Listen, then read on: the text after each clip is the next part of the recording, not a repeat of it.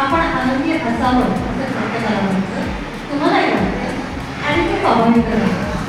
पण तुम्ही कधी शांतपणे विचार केला आहे का की आपल्या आनंदासाठी कोणी आपल्याकरता काय काय केले आहे? तुमच्या आवडीचे पदार्थ तयार करून तुम्हाला आदराने प्रेमाने संपवणारे, त्यासाठी सगळे माणसांना आणून देणारे आणि अहोरात्र कष्ट करून अर्थार्जन करणारे तुमचे आई बाबा. त्याने सहज उपलब्ध व्हावे यासाठी शेतात नाशिक राहून किल्ल्याला भाज्या राहून फळे हे सारे घामपाणी निर्माण करणारा शेतकरी. तुम्ही छान दिसावं यासाठी तुमच्या अंगावर बरोबर मापाचे गळवे कपडे घेऊन देणारा शेतकरी. शाळा सुरू होण्यासाठी तुमच्या हातात पुस्तके मिळालेले आणि त्यासाठी रात्रंदिवस शासनात राहणारे अनेकांचे काढवलेले नाही. तुमच्या डोक्यावर केस कापून त्यांना देणारा नाही. आपल्या शाळेचा सगळा परिसर सगळे वर्ग झाडून पुसून जमलंकी करणारे आपले सफाई कामगार.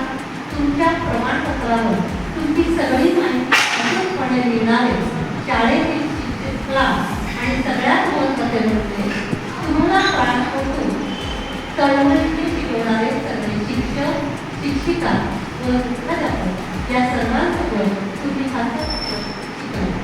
संस्कारित झाला.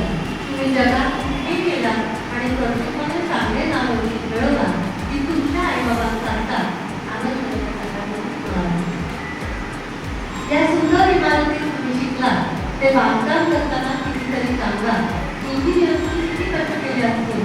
आपल्या शाळेला अगदी आपलं मानून कितीतरी प्रतिष्ठानांनी आर्थिक कार्य केलं असेल.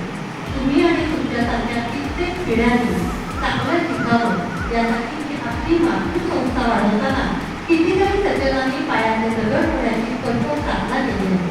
तुम्ही भाग्यवान आहातच, पण जेव्हा तुम्ही आपल्यासारख्या परमभाग्य इतरांच्या कपाळाला देण्यासाठी वरील सर्वांनी जे अविरत कार्य केले त्यांनी रेखून दिलेल्या वाटेवर चाला तर तुमच्या प्रत्येक यशाने त्यांची मान उंचावी.